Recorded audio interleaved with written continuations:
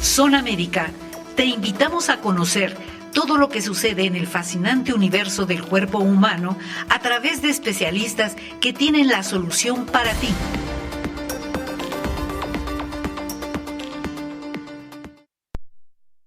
¿Qué tal? Buenas tardes. Bienvenidos a una nueva emisión del programa En la opinión de un médico Nikkei. Yo soy el doctor José Luis Akaki, soy médico internista y me encuentro en el Hospital Ángeles Metropolitano.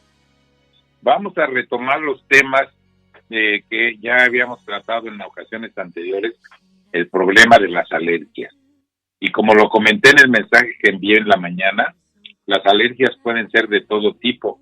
Pueden ser sustancias que se inhalan, como en algunos tipos de asma, o sustancias que se adhieren a la piel, lo que se llaman las dermatitis por contacto, sustancias que se ingieren, las alergias de tipo alimentaria, sustancias de todo tipo, incluso hasta los cambios de temperatura pueden favorecer el desarrollo de padecimientos alérgicos. El día de hoy nos acompaña el doctor Ernesto Onuma Takane. Él es excelente pediatra alergólogo y nos va a abordar un tema que es muy común en los niños, que es la rinitis alérgica, sus actualidades y el manejo actual. Bienvenido, doctor Onuma. Doctor Akaki, muchas gracias por la invitación y un saludo a su auditorio. Gracias a ti. Bueno, pues vamos a tomar este tema que es de mucha importancia. A ver, ¿qué nos puedes decir de la rinitis alérgica? ¿Cómo se manifiesta? ¿Cuáles son los cambios? ¿Y cuáles son las actualidades en su tratamiento? Sí, muchas gracias, doctor Akaki. Bueno, la rinitis alérgica es una enfermedad que afecta prácticamente la nariz y la definición de rinitis alérgica se refiere a una enfermedad crónica caracterizada por síntomas clínicos, o sea, síntomas que podemos ver u observar. Los más importantes son estornudos nasales, comezón en la nariz, catarro transparente intermitente que viene y va, y obstrucción de la nariz tapada.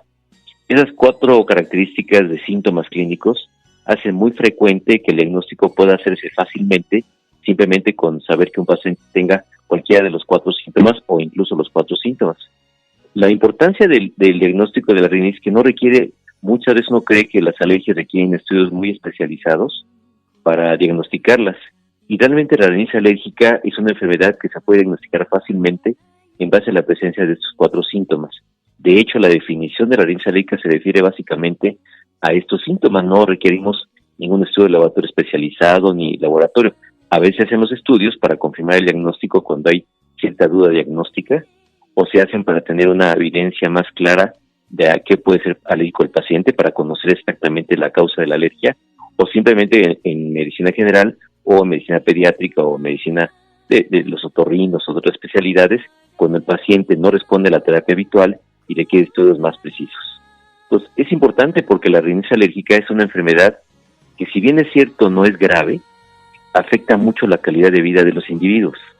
Y es interesante cuando uno ve, por ejemplo, las estadísticas de la Dirección General de Epidemiología en México, que dentro de las 20 causas más importantes de frecuencia de enfermedades, lo que llamamos en medicina morbilidad, no se encuentra la rinitis alérgica. Se encuentra como característica el asma bronquial, por ahí del lugar 13 o 14 de la estadística, por ejemplo, de 2022, pero la rinitis no. Y la rinitis alérgica es mucho más frecuente que el asma bronquial. De hecho, el 80% de los pacientes con asma bronquial tienen síntomas de rinitis. Y cuando uno ve las estadísticas, realmente no se encuentran. Y hay que tomar en cuenta que 1/3 de la población mundial puede presentar rinitis alérgica. Pero al no ser una enfermedad aparentemente que no es grave, y eso digo aparente porque afectar la calidad de vida de un individuo es terrible, no se toma en cuenta como características, se toma en cuenta más procesos infecciosos, accidentes, cosas mucho más graves, incluso el asma. Pero la rinitis alérgica está un poquito subevaluada en ese aspecto, siendo también una enfermedad alérgica muy frecuente, probablemente las más frecuentes en enfermedades alérgicas. ¿Cuál es la diferencia entre rinitis alérgica, rinitis estacional y enfermedad de Leno? Fíjese que es una muy buena pregunta. La clasificación de la rinitis alérgica, anteriormente se hablaba de formas estacionales y perennes. Estacional se refería a que un paciente presentaba síntomas alérgicos predominantemente durante los periodos estacionales. Y eso se aplicaba muy bien para países, por ejemplo, en los cuales las estaciones están muy marcadas, países europeos, Estados Unidos, en los cuales se ve precisamente la famosa fiebre del heno, que era durante la etapa de polinización del heno, que veían que los pacientes activaban los síntomas y el resto del tiempo estaban muy bien.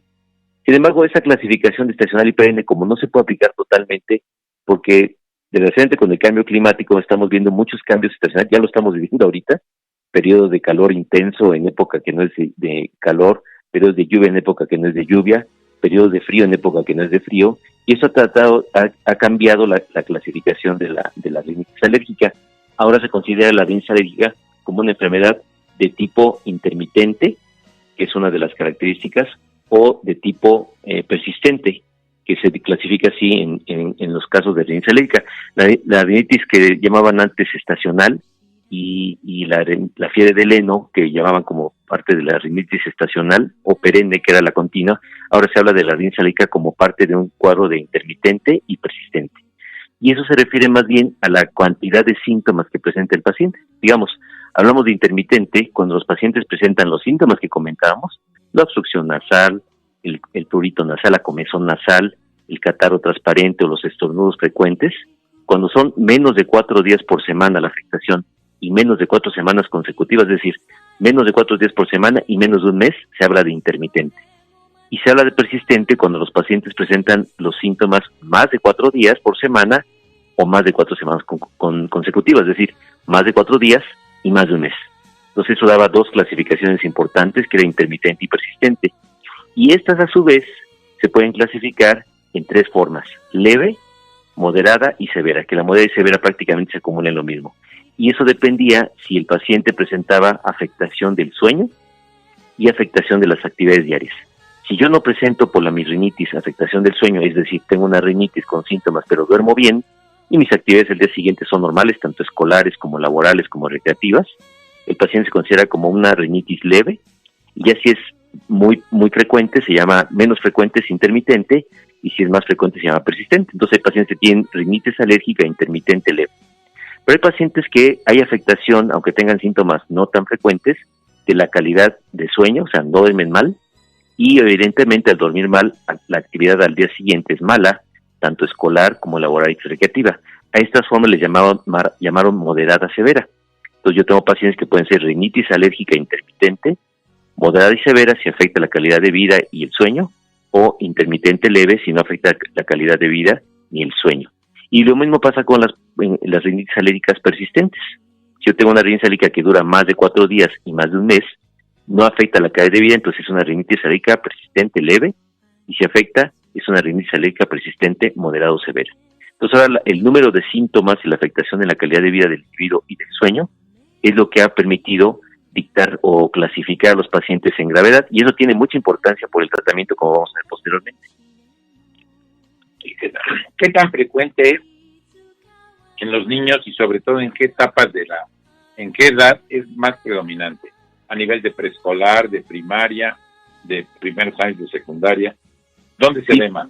Fíjese, es interesante porque actualmente llamamos un término que se acuñó hace ya desde 2002, se llama marcha alérgica. Se refería a cómo un paciente a lo largo de su vida sin tratamiento podía presentar varias manifestaciones alérgicas y iban presentando a diferentes etapas de la vida. La alergia alimentaria, que era la alergia que presentaban los pacientes a los alimentos, normalmente era en la etapa de lactante, hasta los 2 o 3 años, y esta alergia habitualmente iba reduciéndose gradualmente. Este mismo paciente sin tratamiento podía desarrollar un poquito más adelante, a los 3 a 5 años, algo que se llama dermatitis atópica, que usted lo comentaba muy bien al principio, que son pacientes que manifiestan la alergia a nivel de piel, combinada con otras manifestaciones asociadas a la misma dermatitis, predominantemente alérgica, pero evidentemente por muchos factores adicionales dermatológicos.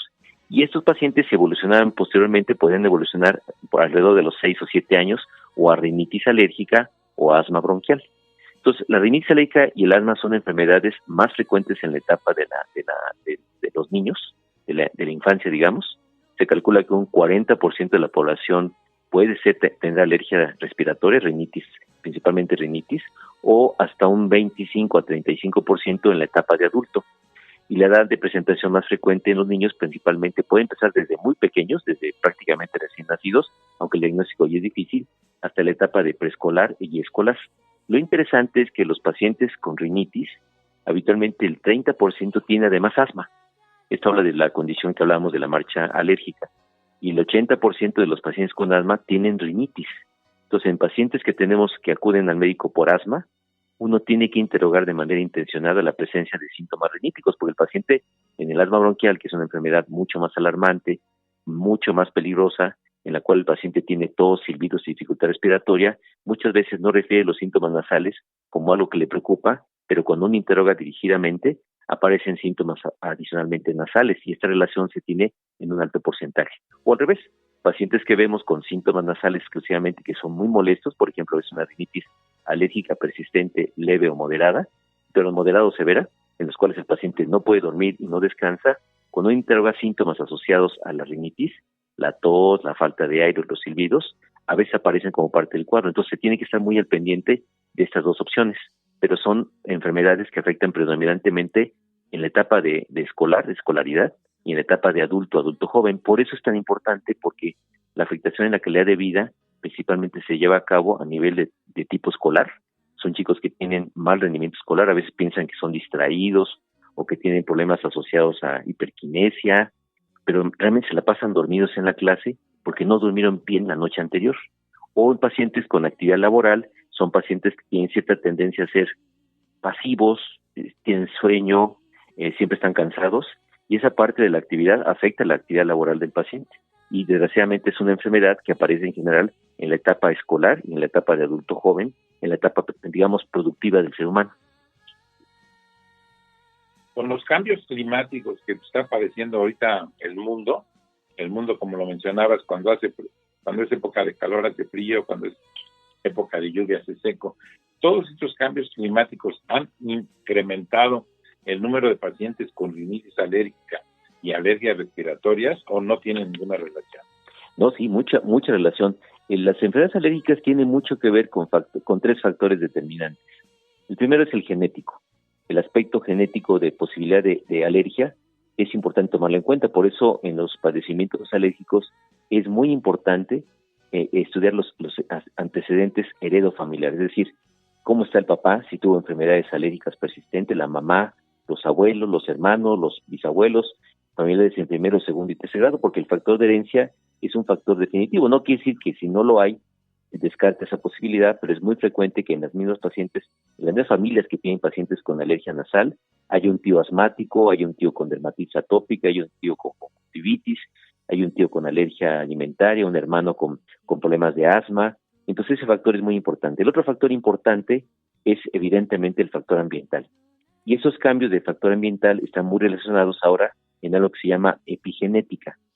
En la epigenética, ahí el factor no es una mutación genética, no es un cambio, digamos, asociado a una cuestión familiar, sino es más bien que los cambios ambientales, el factor ambiental, los factores de contaminación ambiental, los factores de polen que comentaba hace un momento, los cambios de clima, favorecen que la expresión de ciertos genes no se lleve a cabo adecuadamente, y a veces son genes protectores para evitar la respuesta alérgica, o son genes activadores de la respuesta alérgica, y eso evidentemente en un organismo susceptible puede favorecer la respuesta o que se presente ya como una respuesta alérgica al factor ambiental.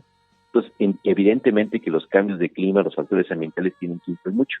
Toda la actividad polínica que estamos viendo, los cambios polínicos, y lo estamos viendo a lo largo del tiempo, que los árboles que polinizaban en cierta época del año que daban muchos síntomas alérgicos, ahora lo hacen en otra época del año. Por ejemplo, muchos pacientes que tienen mucha sintomatología alérgica, es decir, los síntomas nasales, los estornudos, el catarro, las infecciones recurrentes, el moco, es parte de los síntomas que se ven en alergia. La nariz tapada la ven más en periodos asociados, por ejemplo, a invierno. Y es que muchos de ellos uno ve cuando se hacen los estudios alérgicos que son alérgicos, por ejemplo, al fresno. Y el fresno hace unos 10 o 15 años no nos daba tanta polinización en época invernal, sino lo daba más bien en época otoñal o en verano. Y esos pacientes, cuando hacemos estudios alérgicos para investigar la causa de la alergia, casi siempre cuando nos refieren mayoría de síntomas en la etapa de, digamos, de octubre a marzo, abril, es frecuente que veamos que el factor de resultado de los estudios alérgicos resulta el fresno. Entonces estamos viendo una variación en la sintomatología de los pacientes con predominio de formas, digamos, estacionales, aunque normalmente los pacientes alérgicos todo el año están mal y tienen periodos estacionales más fuertes de incremento de los síntomas, pero evidentemente que tiene que ver con estos cambios que estamos viendo ambientales. El factor de contaminación ambiental, que es un factor importante, y que es un factor determinante para activar los mecanismos alérgicos, y no solamente la contaminación ambiental exterior, es decir, la de las fábricas, la de los humos, los automotores, la contaminación ambiental foránea, sino también la intramuros, sobre todo en casas donde la gente, papás fumadores que tienen hijos, predisponen un factor alérgico. Ahora los vapeadores famosos que usan los jóvenes, pues también son factores que pueden facilitar no solamente rinitis, sino también el desarrollo de asma bronquial, por lo que comentamos, y no necesariamente se requiere un factor genético predispuesto. Hay gente que puede, por las cuestiones que comentábamos de epigenética, hacer un cuadro de tipo respiratorio alérgico sin que tenga realmente un antecedente genético de base. Entonces, esos factores ambientales de contaminación también son importantes en relación con el uso de alimentos alergénicos en edad temprana. Es otro factor importante. Es interesante porque en la alergia hay una teoría que se llama teoría de la hipótesis de la higiene, que se refiere precisamente a que el cambio, por ejemplo, en el uso de antibióticos en exceso, el exceso de esterilidad en los niños, también puede favorecer el desarrollo de alergia. Es decir, tenemos que tener una carga bacteriana normal, sin que sea excesiva, y no evitar. Por eso ahora se critica mucho el uso de los antibióticos en forma indiscriminada, porque todos esos desvían la respuesta individual del ser humano hacia una respuesta alérgica. Así que sí, en la alergia el factor ambiental tiene mucho que ver con todo ese aspecto. Entonces, en los términos de conjuntivitis y rinitis primaveral ya no aplica al 100%.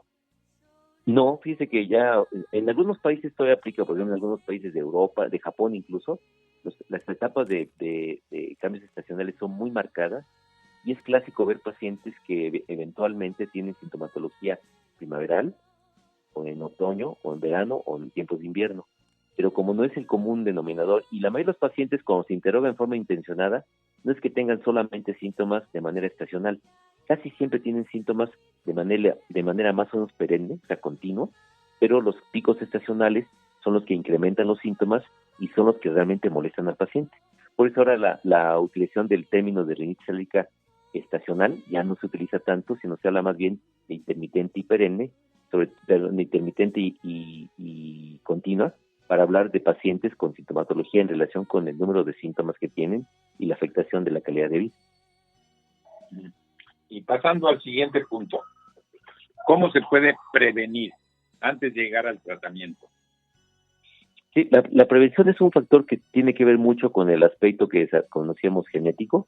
Si yo tengo una mutación genética que favorece la respuesta o la presentación de una alergia, evidentemente voy a desarrollar la alergia, pero si evito los factores que lo puedan activar, por ejemplo, evitamos que los papás fumen en casa, que el contacto ambiental que se tenga en el lugar donde vives no sea un factor de contaminación determinante, desde luego que eso disminuye mucho el desarrollo de la enfermedad alérgica. Se habla ahora mucho de que evidentemente el no usar antibióticos de manera indiscriminada, permitir las infecciones habitualmente recurrentes normales de los chicos, son factores que también pueden favorecer que el paciente no desarrolle alergia, y que evidentemente el factor de contacto ambiental tiene que ver mucho. Hay mucha discusión en relación con, por ejemplo, en la presencia de mascotas en casa. Se hablaba que era un factor determinante para alergia, y ahora se ha visto que es un factor incluso de protección. Y es diferente en el paciente que genéticamente tiene una alergia por ejemplo, a una mascota, y tiene contacto desde muy temprana edad con esa mascota. Entonces, este paciente sí desarrollará una alergia, pero en una población, digamos, sana, probablemente el contacto con las mascotas sea incluso protector. Lo mismo pasaba con los alimentos alergénicos.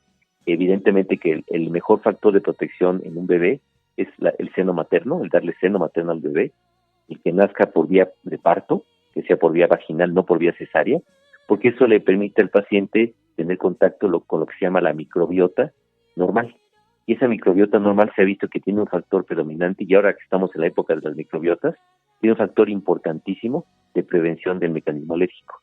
Entonces, el exceso de esterilidad, por ejemplo, el uso de la cesárea, la alimentación con biberón artificial que evita el contacto con las bacterias normales de baja patogenicidad, que es la microbiota, digamos, normal, es un factor que también favorece mucho que la gente desarrolle un cuadro alérgico. Y desde luego evitar los procesos infecciosos en exceso, y evidentemente el aspecto del cuidado ambiental general, ¿no? Es decir, evitar el contacto con las cucarachas, por ejemplo, que se ha visto que son factores que favorecen activaciones alérgicas, y alimentos muy alergénicos en edad muy temprana, ¿no? Mariscos, semillas también son factores que pueden facilitar el desarrollo de una alergia. Entonces, era una de mis preguntas. El factor alérgico de mascotas ya no es definitivo, porque casi siempre tiene gatos en su casa, sí. Entonces se tiene que deshacer de los gatos porque el niño está presentando problemas de tipo alérgico. Entonces, este caso ya no aplica. No, doctor, ya no. Solamente es importante cuando el paciente tiene sintomatología clara al contacto con gatos o mascotas, porque si hay pacientes que tienen contacto con el gato, incluso a veces no en casa, sino fuera de casa cuando van de visita, y se ponen gravísimos de la alergia, y esa evidencia clara de alergia al gato se aplica para ese paciente. Yo hablo más bien del paciente que es sano, normal. Se habla mucho de que la presencia de mascotas en casa, cuando no tenga una genética alérgica, puede ser un factor de protección porque estimula mucho la formación de microbiota normal, que es protectora de mecanismos alérgicos. Es diferente del paciente que ya tiene una predisposición genética a alergia, digamos, es un paciente con rinitis alérgica, dermatitis atópica o asma, que ya tiene una alergia predispuesta al gato, y él sí se pone mal con el gato. Afortunadamente, estos pacientes se pueden manejar ya con tratamiento de inmunoterapia, y la inmunoterapia puede protegerlos para que o se va el niño o se va el gato, entonces ya no tenemos la duda de quién se va. Entonces se pueden quedar los dos con manejo al paciente de inmunoterapia y manejo evidentemente medicamentoso.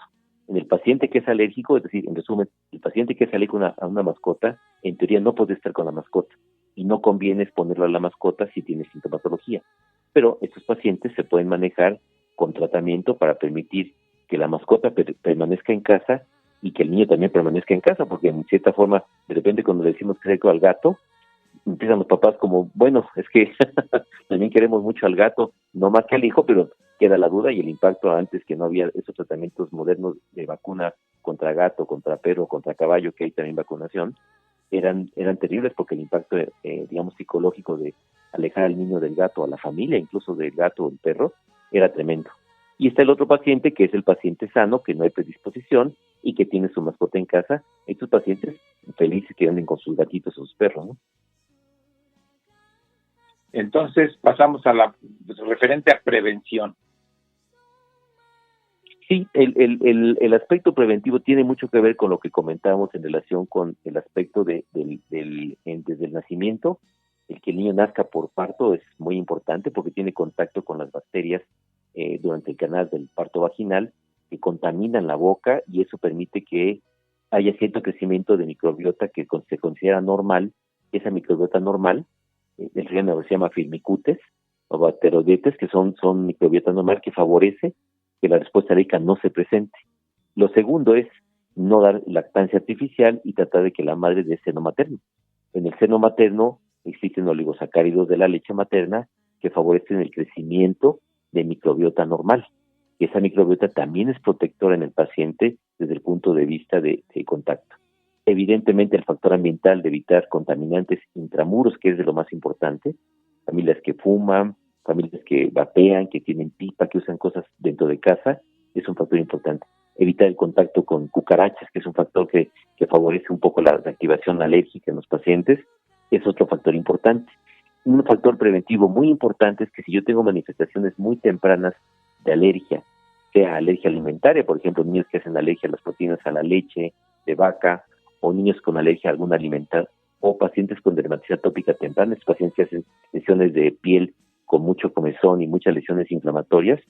Si yo trato la enfermedad, puedo interrumpir esa marcha alérgica que comentábamos al principio y evitar que ese paciente probablemente desarrolle a futuro asma o desarrolle rinitis. Entonces, el tratamiento oportuno de estos pacientes con enfermedades muy tempranas alérgicas es bien importante.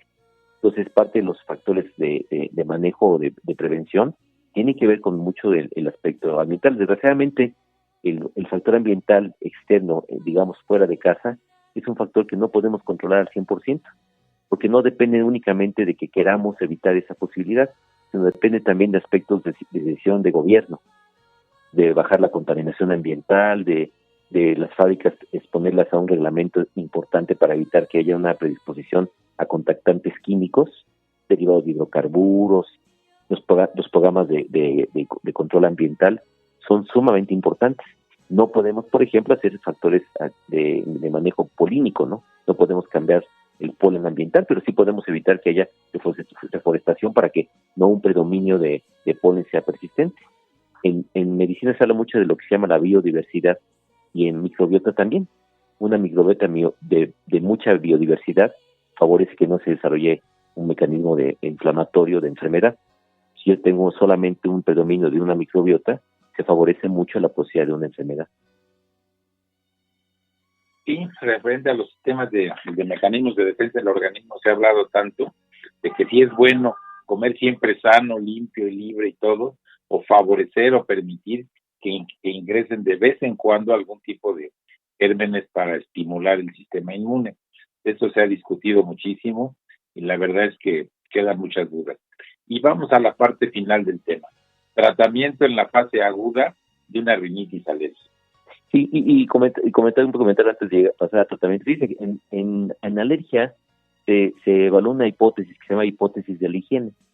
Esta hipótesis de la higiene se refirió en Estados Unidos y se vio por una observación muy clara. Cuando se cayó el muro de Berlín, que fue posterior a la Segunda Guerra Mundial, cuando terminó la Segunda Guerra Mundial, cuando se repartieron la Alemania, digamos, nazi en ese entonces, se vio que al caer el muro de Berlín, cuando se resolvió todo el problema del muro de Berlín, se vio que la frecuencia de enfermedades respiratorias alérgicas era mayor en el lado occidental que en el lado oriental. O sea, en la, digamos, Alemania comunista había menos alergias que en el lado occidental.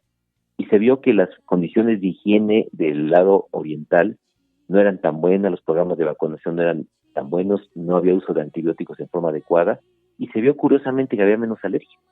Entonces ahora se le da mucha importancia al aspecto de contacto, digamos, no de esterilidad, no en exceso, porque en exceso obviamente cualquier proceso infeccioso es grave, pero tampoco el aspecto anterior que vivimos hace 20 o 30 años, que lo mejor es que todo estuviera impecable y limpiecito.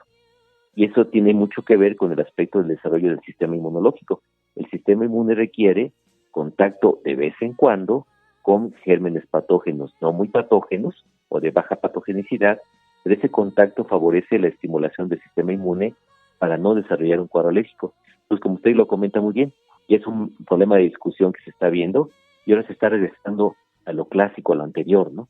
A lo que veíamos antes, lactancia materna, no antibióticos, no excesiva higiene o esterilidad de los productos, porque ese exceso de esterilidad también favorecía que no hubiera un desarrollo adecuado del sistema inmunológico. Recordemos que el sistema inmunológico es algo que adquieren los seres humanos a lo largo de siglos de evolución, y eso ha permitido que el ser humano sobreviva. Por eso esto nos pasó ahora con COVID.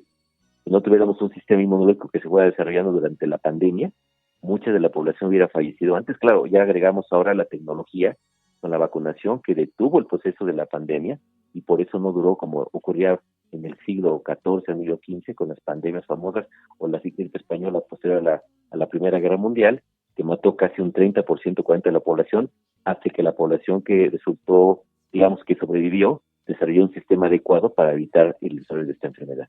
Entonces sí es importante ese aspecto. Ahora, pasando un poco a lo del tratamiento que comentaba, yo les comentaba mucho que la clasificación inicial de la rinitis alérgica en intermitente y persistente se basó mucho en el aspecto de las fases de tratamiento que se tengan que incluir en los pacientes con alergia respiratoria. Entonces, el diagnóstico de la enfermedad, que es lo más importante, es lo primero que se tiene que tener. Cualquier médico que vea a un paciente con rinitis alérgica, y no precisamente alergólogo, la rinitis alérgica la podemos ver todos los médicos, en todos los consultorios, por su alta frecuencia de sintomatología. Probablemente de la consulta, a lo mejor de la consulta diaria, un 10%, 20% de los pacientes tengan rinitis alérgica. Y el diagnóstico, como comentábamos, no es un diagnóstico que requiere estudios súper especializados o algo, simplemente son datos clínicos de los síntomas. Los más importantes: estornudos frecuentes, comezón en la nariz es un dato importante. Si yo tengo comezón nasal y estornudo en forma de salvas, varias de seguidas, se me tapa la nariz y tengo catarro transparente, recurrente, ese es un paciente alérgico. Ya la exploración física nos permite diagnosticar al paciente viendo la mucosa nasal, la exploración nasal, la manera de respirar de los pacientes, y con todo eso creo que tenemos un diagnóstico adecuado. Si yo tengo dudas, evidentemente puedo hacer estudios de laboratorio muy sencillos. En la etapa inicial, la prueba más sencilla de estudio de diagnóstico de una alergia nasal es lo que se llama citología en moco nasal, que es un estudio sumamente sencillo. Es como una toma de ahora que está de moda las pruebas para COVID nasales, se toma con un hisopo especial, ni siquiera tan profundo como la prueba de COVID, y ahí se busca una célula que se llama eosinófilo, que es un marcador clásico de la alergia. Y estos eosinófilos también se pueden encontrar en sangre, y ya el hecho de que un médico pueda hacer una biometría hemática y una histología hablando de eosinófilos, ya lo diagnostica como alérgico. Ya si yo quiero entrar en detalles que si es el gato, el perro, un alimento, un polen, ya tendré que hacerse pruebas especiales, pero simplemente con el hecho de poder diagnosticar la alergia y poderla clasificar en base un poco a los síntomas que presenta el paciente, se puede iniciar un tratamiento.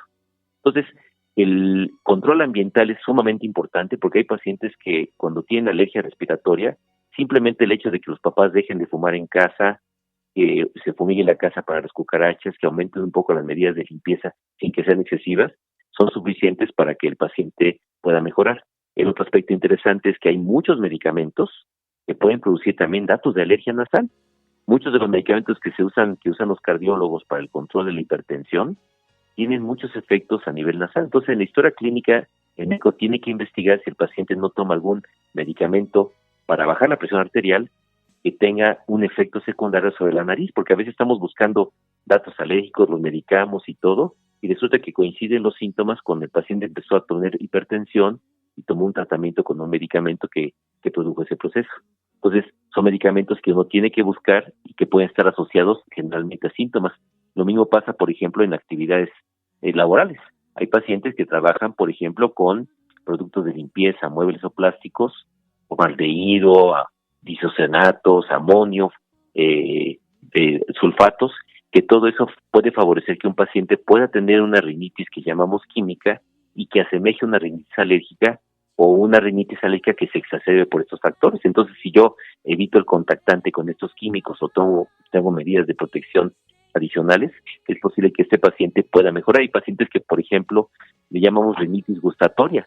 Son pacientes que asocian síntomas nasales cuando toman alcohol o después de que toman alimentos con mucho picante, tabasco, picante, pimienta negra, que son ricos en capsaína. Y los pacientes cuando comen se les morma la nariz y empiezan con síntomas nasales. Y realmente no son pacientes alérgicos, simplemente son pacientes que tienen una rinitis que se llama gustatoria y que está asociada precisamente a esto. Y eso lo vemos frecuentemente. Los pacientes con embarazo, las mujeres con embarazo, también pueden presentar síntomas nasales. Evidentemente el diagnóstico diferencial con todo esto se tiene que ver, y evidentemente lo que ven muchos otorrinos, que hay pacientes que tienen sintomatología nasal, que a veces tienen el tabique desviado, o tienen hipertrofia de cornetes, o tienen factores mecánicos que favorecen eso. Esos pacientes requieren ya una terapia de tratamiento específica. Por eso el manejo de la rinitis ya a este nivel es multidisciplinario. Lo tenemos que manejar entre muchas especialidades. Y ya entrando en detalle a los medicamentos, ya que tenemos ahora sí el diagnóstico, ya hicimos el control ambiental y educación del paciente, y a pesar de eso no mejora, tenemos que clasificarlo en los grupos que comentábamos al principio. Si son síntomas intermitentes, se pueden usar en leves, o síntomas leves. Generalmente usamos antihistamínicos, generalmente ya de segunda generación, porque los de primera generación, que eran antihistamínicos que cruzaban la barrera hematoencefálica, es decir, pasaban al cerebro, daban mucho sueño. Entonces, si el paciente tenía una calidad de sueño mala y se la pasaba dormido al día siguiente, pues se dormía más. Entonces, ahora se recomienda el uso de antihistamínicos de segunda generación como parte del manejo inicial de los pacientes. Se pueden usar antihistamínicos intranasales, o sea, productos que se pueden aplicar directamente en la nariz, y eso favorece que los síntomas nasales también se disminuyan. Y los lavados con solución salina son parte del manejo que se recomienda en los pacientes con este tipo de rinitis alérgica, digamos, leve, con síntomas intermitentes, es decir, menos de 4 días a la semana, menos de un mes. Cuando el paciente ya tiene una rinitis más severa, por ejemplo, los persistentes moderados o severos, el manejo va cambiando de acuerdo a esta condición. Y ya en la parte de los persistentes moderados, es decir, los que tienen más de 4 días y más de 4 meses y que tienen afectación en la calidad de vida, ya sea porque duermen mal o porque tienen una afectación en su actividad laboral, escolar o recreatoria al día siguiente, son pacientes que ya requieren lo que nosotros llamamos corticosteroides intranasales, que son medicamentos que se aplican directamente como sprays nasales en la nariz y que se pueden usar por tiempos, prolongados, cortos, por tiempo prolongado, pero en forma intermitente, para evitar efectos secundarios. Y aquí también se pueden agregar ya antihistamínicos que vienen combinados con antihistamínicos intranasales, antihistamínicos orales, o mezcla de medicamentos que contienen ambos tipos de presencia. Estos pacientes, si no hay una respuesta adecuada, entonces tienen que ya investigar con pruebas especiales para ya dirigirlos a lo que llamamos nosotros inmunoterapia específica, que son la aplicación de las famosas vacunas. Si el paciente tiene una forma de rinitis alérgica persistente, pero ya más grave, entonces ya se pueden utilizar medicamentos que llamamos los antileucotrienos y algunos medicamentos como el glicato intranasal, que son medicamentos mucho más potentes, y en ocasiones estos pacientes requieren ya incluso corticosteroides o esteroides de toma oral en periodos cortos de uso, y la falta de respuesta a estos tratamientos ya requiere el manejo especializado para inicio de un tratamiento con inmunoterapia específica. Es muy importante comentar que los vasoconstrictores nasales prácticamente no los usamos por su efecto. Sí es muy bueno porque destapa la nariz muy rápida, pero hacen un efecto de dependencia al producto y a la larga traen muchos problemas. Los más importantes son perforación de tabique, alteraciones olfatorias, no huelen los pacientes, y el paciente se puede elevar la presión arterial.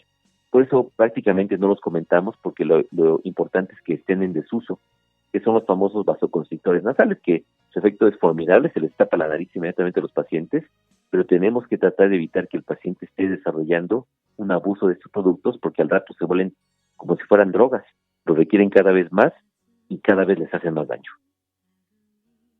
Eso es muy importante porque muchas veces van a la farmacia, y a la farmacia con el farmacéutico, bueno, ni siquiera es farmacéutico, con el empleado que trae bata blanca, creen que ya por eso sabe medicina, y le piden algo para la nariz, y inmediatamente les prescribe un vasoconstrictor nasal, que como tú lo mencionas, a la larga es más dañino que no aplicárselo.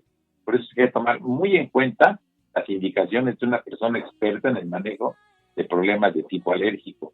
No nada más quitar la sintomatología de inmediato. Hay que investigar la causa y en base a esto iniciar un tratamiento, lo que nosotros decimos el tratamiento etiológico de la enfermedad. O sea, la etiología quiere decir el origen de ese padecimiento. Entonces, por favor, no acudiera con el farmacéutico o con el doctor Google para que les diga qué es lo que deben hacer, ¿verdad? Sino que acudir con un profesional. Pues muchísimas gracias, doctor Onuma. Me gustaría que nos dieras tus datos para ver dónde te pueden contactar. Sí, doctor, yo estoy en el Hospital Ángeles Mosel y en el Hospital Médica Sur.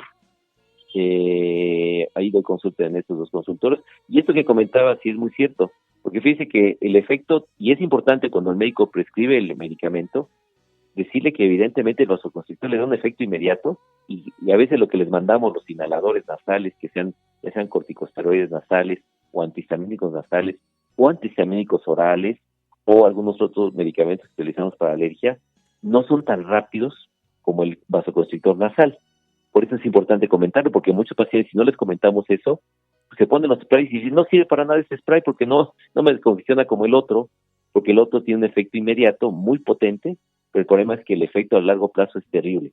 Y quitarle a un paciente un vasoconstrictor nasal, hay pacientes que llevan usándolos años o meses, ya tienen cambios incluso estructurales en la nariz importante, y como le comentaba yo, hasta perforación de tabique o hacen hipertensión secundaria al medicamento, a veces complicado. Entonces, una recomendación que siempre les comento, sobre todo a los médicos que tratan rinitis alérgica, es que expliquen que el efecto es a largo plazo, pero es un efecto benéfico que va a permitir que probablemente algún día el paciente pueda suspender el tratamiento y seguir con su vida normal. Pues muchísimas gracias, doctor Onuma. Ahí tienen los datos para si quieren de la opinión de un experto en problemas alérgicos, y les agradezco a ustedes su asistencia. Con esto nos despedimos. Yo soy el doctor Akaki, José Luis Akaki, médico internista, y nos veremos en una próxima semana con otro tema en opinión de un médico Nikkei. Muchísimas gracias, doctor Onuma. Muchas gracias, doctor Akaki, muchas gracias por la invitación y me despido de su auditorio. Muchas gracias. Hasta luego, muchas gracias. Hasta luego, gracias. Hasta aquí con la información. Los esperamos la próxima semana en Zona Médica. Zona Médica tiene la solución.